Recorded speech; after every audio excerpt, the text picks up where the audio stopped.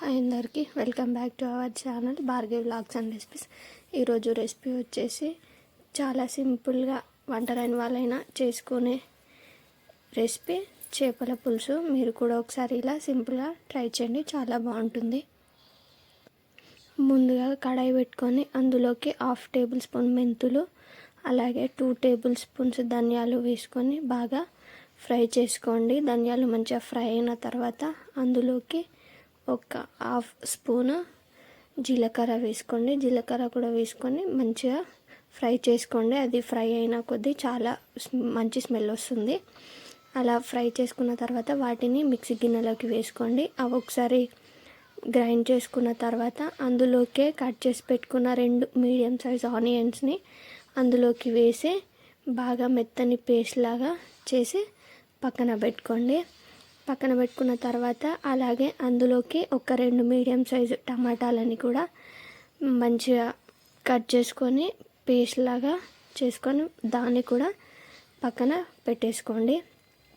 ఇప్పుడు ఇంకో బాండి పెట్టుకొని మనం ఫిష్ కర్రీ చేసుకునే బౌల్ ఏదైనా పెట్టుకొని అందులోకి ఆయిల్ పోసుకోండి. ఆయిల్ పోసుకున్నాక కొద్దిగా జీలకర్ర వేసుకోండి. జీలకర్ర ఫ్రై అయిన తర్వాత అందులోకి మనం ముందుగా పేస్ట్ని ఆనియన్ పేస్ట్ని మిక్సీ పట్టుకొని పక్కకు పెట్టుకున్నాం కదండి, అది వేసుకోండి. అది వేసుకొని మంచిగా ఫ్రై అయిన తర్వాత అందులోకి పసుపు వేయండి. పసుపు కూడా ఫ్రై అయిన తర్వాత అందులోకి గ్రైండ్ చేసి పెట్టుకున్న టమాటో ప్యూరీని వేసి కలపండి. కలిపిన తర్వాత టమాటోస్ నుంచి మంచిగా ఆయిల్ పైకి తేలిన తర్వాత 1 పచ్చిమిర్చి వేసి కలపండి. పచ్చిమిర్చి వేసిన తర్వాత అందులోకి సరిపడంత ఉప్పు, కారం వేసి మంచిగా ఫ్రై చేసుకోండి. ఆయిల్ అంతా పైకి వచ్చేంత వరకు బాగా ఫ్రై చేసుకోండి. ఫ్రై చేసుకున్న తర్వాత మీకు పులుపుకి తగ్గట్టు చింతపండు నానబెట్టుకొని వాటిలో నుండి గుజ్జు తీసుకొని అది పోసుకోండి.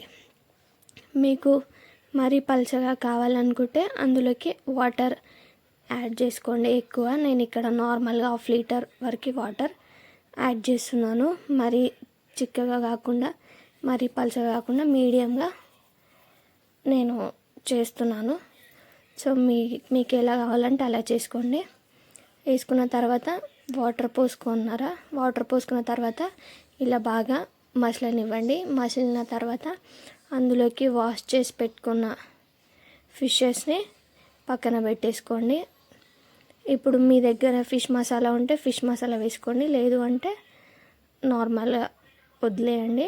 నేనైతే ఇక్కడ ఫిష్ మసాలా వేస్తున్నాను. ఆ మసాలా వేసిన తర్వాత అందులోకి మనం వాష్ చేసి పెట్టుకున్న ఫిష్ ముక్కల్ని ఇలా ఒక్కొక్కటి వేస్తూ మొత్తము సెట్ చేసుకోండి. సెట్ చేసుకున్న తర్వాత మూత పెట్టుకొని 10 మినిట్స్ అలా ఉడికించుకోండి. ఉడికిన తర్వాత స్పూన్ పెట్టి మెల్ల ముక్కలు లైట్ ఇట్లా కదిలించండి.